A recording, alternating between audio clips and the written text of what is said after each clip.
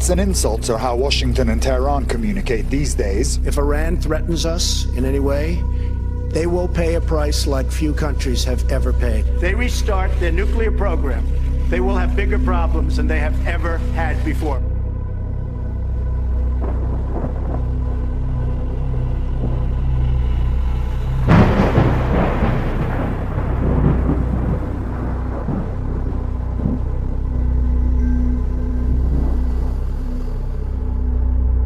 I want to ask you about Iran. The Israeli Prime Minister just gave a speech very critical of their nuclear program.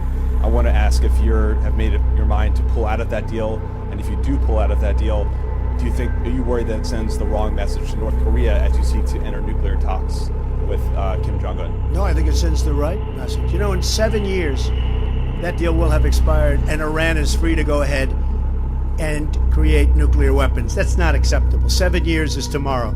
That's not acceptable. So no, if anything, it's proven right what Israel has done today with the news conference. And Prime Minister Netanyahu just gave a I don't know if everybody's seen it, but I got to see a little bit of it. And that is just not an acceptable situation. And I've been saying that's happening. They're not sitting back idly. They're setting off missiles, which they say are for television purposes. I don't think so.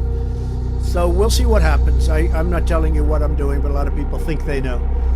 And on or before the 12th, we'll make a decision. That doesn't mean we won't negotiate a real agreement.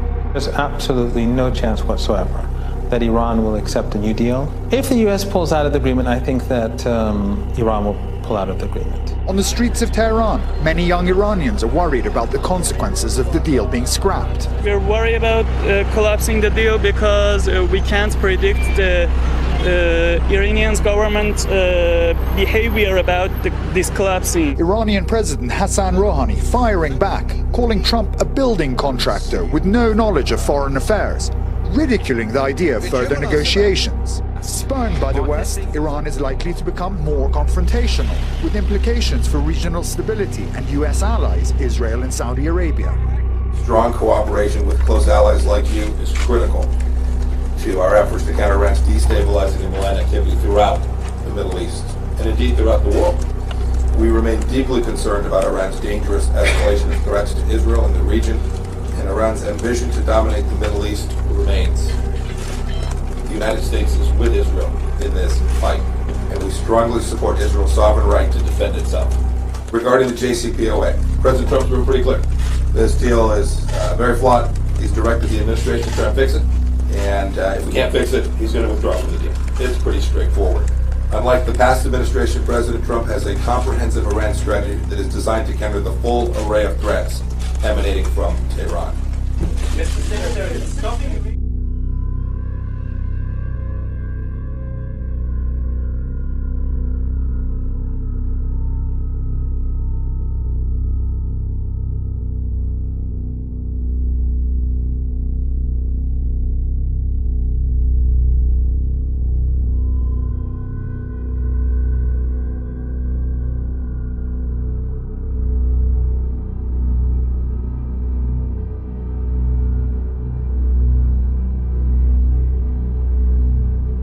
Benjamin Netanyahu began making what he's calling a major announcement on Iran. This comes shortly after a visit by Secretary of State Mike Pompeo. Let's listen in. You may well know that Iran's leaders repeatedly deny ever pursuing nuclear weapons. You can listen to Iran's Supreme Leader Ali Khamenei. I stress that the Islamic Republic has never been after nuclear weapons. You can listen to Iran's President Hassan Rouhani. Nuclear weapons and other weapons of mass destruction have no place in Iran's security and defense doctrine and contradict our fundamental religious and ethical convictions. This is repeated by Iran's Foreign Minister, Javad Zarif. We didn't have any program to develop nuclear weapons. Anyway, we consider nuclear weapons both irrational as well as immoral. Well, tonight I'm here to tell you one thing. Iran lied. Big time. After signing the nuclear deal in 2015, Iran intensified its efforts to hide its secret nuclear power. in 2017, Iran moved its nuclear weapons files to a highly secret location in Tehran. This is the Shorabad district in southern Tehran. This is where they kept the atomic archives, right here. Few Iranians knew where it was, very few, and also a few Israelis. Now, from the outside, this was an innocent-looking compound. It looks like a dilapidated warehouse. But from the inside, it contained Iran's secret atomic archives locked in massive files. Actually, they're a little bigger than this. A few weeks ago, in a great intelligence achievement, Israel obtained half a ton of the material inside these vaults. And here's what we got. 55,000 pages. Another 55,000 files on 183 CDs. Everything you're about to see is an exact copy of the original Iranian material. You may want to know where are the originals? Well, I can say they're now in a very safe place. Here's what the files included. Incriminating documents, incriminating charts, incriminating presentations, incriminating blueprints, incriminating photos, incriminating videos, and more. We've shared this material with the United States, and the United States can vouch for its authenticity. We will also share it with other countries, and we'll share it with the International Atomic Energy Agency. So let me tell you the history of this material. We've known for years that Iran had a secret nuclear weapons program called Project Ahmad. We can now prove that Project Ahmad was a comprehensive program to design, build, and test nuclear weapons. We can also prove that Iran is secretly storing Project Ahmad material to use at a time of its choice to develop nuclear weapons. Here's what Project Ahmad's explicit goal was: creating nuclear weapons. This is an original Iranian presentation from these files.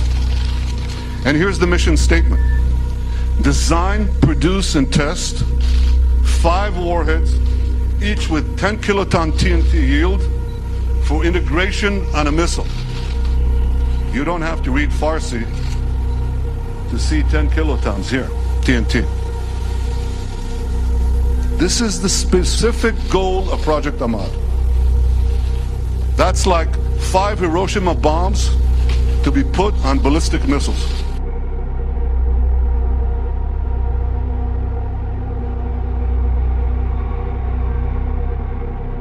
This is an original Iranian spreadsheet from the archives of Project Ahmad. Look at what it has here. Yellow cake production, centrifuge enrichment process, warhead project, simulation project, and test. And indeed, when we analyzed what's in these archives, we found that Project Ahmad had all the 5 elements, the 5 key elements of a nuclear weapons program. I want to take them one by one. First element is designing nuclear weapons. This is an original Iranian illustration of a weapon. Again, you don't have to read Farsi to understand this. This is U-235, that's enriched uranium, right here at the core. That's the only place where you find in the core enriched uranium. And here's an Iranian simulation, original Iranian simulation, putting all these components together. That's the first component. Second component, developing nuclear cores. Here's a photo showing the casting process and a cast metal core from the archives. And here's the secret underground facility the Iranians were building to produce nuclear cores. We have hundreds of documents for each of these components. Third component, building nuclear implosion systems. This is an original Iranian photo of a measuring device for implosions. And here's a simulation of a nuclear implosion. Fourth element, preparing nuclear tests. Here's a map of 5 potential locations for a nuclear test in eastern Iran. 1, 2, 3, 4, 5. We have many, many more such documents. And fifth, integrating nuclear weapons on missiles. Here's a design for a nuclear payload on a Shahab 3 missile from the archive. Here's the warhead. Here's the bomb. And I don't have to remind you, I think, that Iran is continually expanding the range of its ballistic missiles, its nuclear-capable missiles. They started with 1,000 kilometers. They're now up to 2,000, roughly. They can reach Riyadh, Tel Aviv, Moscow, but they're working on far, far greater ranges. They're planning much longer range missiles to carry nuclear weapons. So these files conclusively prove that Iran is brazenly lying when it says it never had a nuclear weapons program.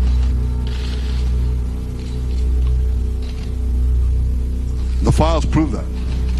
But here's what happened next.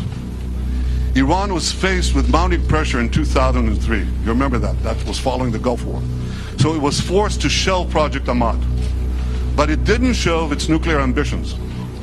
So Iran devised a plan to do 2 things. First, to preserve the nuclear know-how from Project Ahmad. And second, to further develop its nuclear weapons-related capabilities. That plan came directly from Iran's top leadership. Here's another document from the archive. This is following the new directive of Iran's Minister of Defense, Mr. Shamkhani. Today is the director of the National Security Council. Following the new directive of Iran's Minister of Defense, the work would be split into 2 parts, covert and overt.